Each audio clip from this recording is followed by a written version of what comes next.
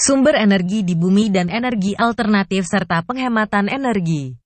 Sumber energi. Pengertian sumber energi adalah segala sesuatu di sekitar kita yang mampu menghasilkan energi. Di sekitar kita banyak sekali macam-macam sumber energi yang bisa menghasilkan berbagai macam energi. Sumber energi secara garis besar dapat dibedakan menjadi dua kelompok, yaitu sumber energi yang terbarukan atau yang dapat diperbaharui dan bisa dipakai tanpa khawatir habis. Sumber energi tak terbarukan. Sumber energi jenis ini jumlahnya terbatas dan tidak dapat diperbarui walaupun ada yang bisa diperbaharui tapi memerlukan waktu yang sangat lama. Sumber energi ini saat ini masih merupakan sumber energi utama yang banyak digunakan walaupun banyak pihak yang sudah beralih menggunakan sumber energi alternatif. Sumber energi yang terbarukan atau yang dapat diperbaharui dan bisa dipakai tanpa khawatir habis. Contohnya, energi surya atau matahari. Energi matahari sangat melimpah jumlahnya khususnya bagi wilayah yang beriklim tropis. Pemanfaatan sinar matahari adalah dengan menggunakan sel surya yang berfungsi mengubah energi surya menjadi energi listrik. Ada juga yang memanfaatkan sinar matahari untuk memasak dengan menggunakan kompor bertenaga sinar matahari, contohnya di negara India. Panas bumi. Panas bumi merupakan energi yang bersumber dari dalam perut bumi. Panas bumi merupakan energi yang melimpah dan terbarukan sehingga tidak perlu khawatir akan kehabisan energi panas bumi. Selain jumlahnya yang melimpah, energi ini memiliki harga yang lebih ekonomis dan ramah terhadap lingkungan. Indonesia merupakan salah satu negara di dunia yang kaya akan energi panas bumi. Hal ini dikarenakan Indonesia mempunyai banyak gunung berapi aktif yang menjadi keuntungan tersendiri bagi negara kita. Contoh pemanfaatan panas bumi adalah dengan mengubahnya menjadi pembangkit listrik.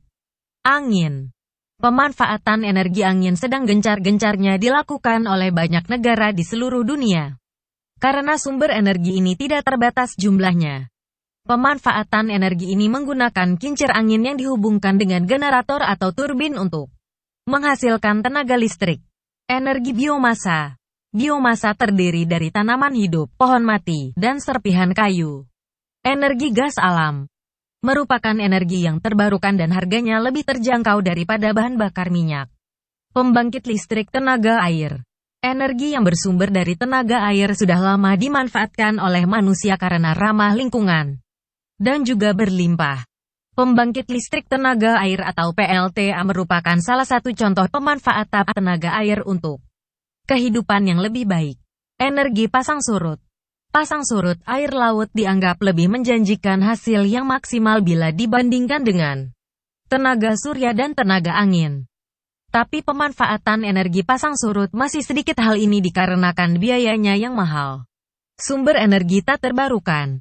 Sumber energi jenis ini jumlahnya terbatas dan tidak dapat diperbarui walaupun ada yang bisa diperbaharui tapi memerlukan waktu yang sangat lama. Sumber energi ini saat ini masih merupakan sumber energi utama yang banyak digunakan walaupun banyak pihak yang sudah beralih menggunakan sumber energi alternatif. Contoh sumber energi tak terbarukan adalah sumber energi yang berasal dari fosil. Sumber energi ini sebenarnya bisa diperbaharui tapi memerlukan waktu hingga jutaan tahun. Berasal dari makhluk hidup yang mati dan terpendam dalam tanah hingga jutaan tahun. Contohnya minyak bumi, batu bara. Sumber energi yang berasal dari mineral alam. Mineral alam bisa dimanfaatkan menjelai sumber energi setelah melalui beberapa proses. Contohnya uranium yang bisa menghasilkan energi nuklir. Energi alternatif. Energi alternatif adalah istilah yang merujuk kepada semua energi yang dapat digunakan yang bertujuan untuk menggantikan bahan bakar konvensional tanpa akibat yang tidak diharapkan dari hal tersebut. Umumnya, istilah ini digunakan untuk mengurangi penggunaan bahan bakar hidrokarbon yang mengakibatkan kerusakan lingkungan akibat emisi karbon dioksida yang tinggi, yang berkontribusi besar terhadap pemanasan global selama beberapa tahun. Apa yang sebenarnya dimaksud sebagai energi alternatif telah berubah akibat banyaknya pilihan energi yang bisa dipilih yang tujuan yang berbeda dalam penggunaannya.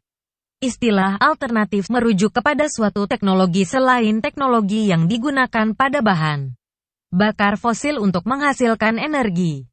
Teknologi alternatif yang digunakan untuk menghasilkan energi dengan mengatasi masalah dan tidak menghasilkan masalah seperti penggunaan bahan bakar fosil.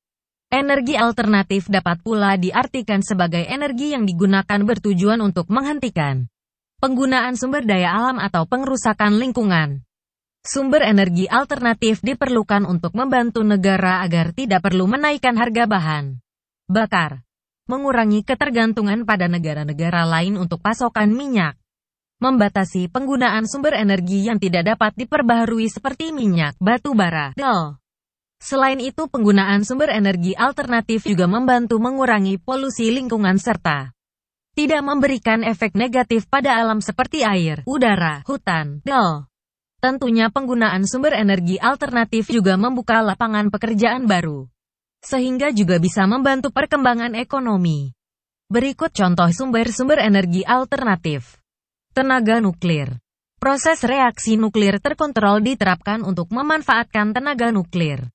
Tenaga nuklir merupakan sumber energi alternatif yang dapat diperbaharui. Nomor 1. Proses yang digunakan dikenal sebagai fisi nuklir. Pembangkit listrik tenaga nuklir menggunakan bantuan dari reaktor nuklir, air panas untuk menghasilkan uap, yang kemudian diubah menjadi kerja mekanik untuk menghasilkan listrik. Survei yang dilakukan pada tahun 2007 menunjukkan bahwa sekitar 14% dari pasokan listrik di seluruh dunia berasal dari tenaga nuklir. Energi biomasa. Materi biologis yang hidup dan mati disebut sebagai biomasa. Biomasa digunakan sebagai sumber bahan bakar atau produksi industri. Tanaman, kulit pohon, serbuk kayu, gergaji, residu pertanian, serpihan kayu, dan kotoran hewan adalah beberapa contoh dari biomasa yang biasa digunakan. Biomasa berbeda dengan bahan bakar fosil. Bahan bakar fosil menggunakan deposit fosil seperti batu bara yang terkubur di bawah tanah selama berabad-abad lamanya. Sumber biomasa relatif murah dan ramah lingkungan. Gas alam terkompresi, compressed natural gas. Seperti namanya, produk ini dibuat dengan melakukan kompresi pada gas alam, metana. Tidak dapat dipungkiri bahwa penggunaannya menghasilkan gas rumah kaca. Tapi meski gitu ini tetap merupakan pilihan yang lebih aman dan bersih dibandingkan dengan bahan bakar seperti bensin, solar, atau bahan bakar propana LPG. Tenaga panas bumi. Energi panas bumi murah, dapat diandalkan, dan juga ramah lingkungan. Pembangkit listrik tenaga panas bumi merupakan cara efisien untuk mengekstrak energi yang dapat diperbaharui disediakan oleh bumi. Penggunaan tenaga panas bumi sudah dilakukan sejak dari zaman Romawi kuno. Pada waktu itu populer untuk pemanas ruangan serta pemanas air untuk mandi. Berkat perkembangan ilmu pengetahuan, sekarang tenaga panas bumi dapat dimanfaatkan untuk menghasilkan listrik tanpa merusak lingkungan. Tenaga air. Pembangkit listrik tenaga air adalah salah satu energi alternatif yang paling populer. Gaya gravitasi mengakibatkan air mengalir jatuh ke bawah. Air yang mengalir jatuh dari ketinggian tertentu memiliki energi potensial dan kinetik. Energi itu diubah menjadi energi mekanik untuk menghasilkan listrik. Tidak hanya ramah lingkungan, tetapi pembuatan pembangkit listrik tenaga air juga tidak menghasilkan limbah langsung apapun. Tenaga angin. Turbin angin mengubah energi angin menjadi listrik dengan menggunakan rotasi pisau turbin dan generator listrik. Biasanya dibangun banyak kincir angin besar untuk menghasilkan listrik di peternakan angin. Selain menghasilkan listrik, kincir angin juga dapat digunakan untuk melakukan pekerjaan fisik. Tenaga surya atau matahari. Ini juga salah satu sumber energi alternatif yang sangat populer. Teknologi untuk memanfaatkan tenaga surya berkembang dengan sangat pesat. Tidak seperti zaman dulu, sekarang sel surya mudah dipindahkan dan lebih efisien. Tempat-tempat di mana terdapat sinar matahari terik bisa memanfaatkan energi matahari secara maksimal. Tenaga gelombang laut. Dengan mengambil energi dari gelombang di permukaan laut, pembangkit listrik tenaga gelombang laut menggunakannya untuk menghasilkan listrik dan melakukan pekerjaan fisik lain. Teknologi ini tidak banyak digunakan meskipun memiliki potensi yang besar. Hambatan utama penggunaan tenaga gelombang laut adalah dampak negatif yang dapat diterima oleh lingkungan laut. Dibuatnya pembangkit listrik tenaga gelombang laut pada suatu daerah dapat mengganggu keseimbangan sosial ekonomi daerah tersebut. Energi, tenaga pasang surut air laut, sama dengan tenaga gelombang laut yang ini juga belum banyak digunakan. Namun para ahli melihat potensi yang menjanjikan di masa depan. Salah satu alasannya adalah lebih mudah untuk diprediksi, tidak seperti energi matahari dan angin. Salah satu faktor utama yang menghalangi pemanfaatan teknologi ini adalah biaya yang tinggi. Terdapat dua cara utama untuk menghasilkan listrik dengan pasang surut. Metode pertama dengan generator arus pasang surut. Mesin memanfaatkan energi kinetik air untuk menggerakkan turbin. Metode kedua dilakukan dengan memanfaatkan energi potensial yang ada pada perbedaan ketinggian antara pasang tinggi dan rendah. Penghematan energi.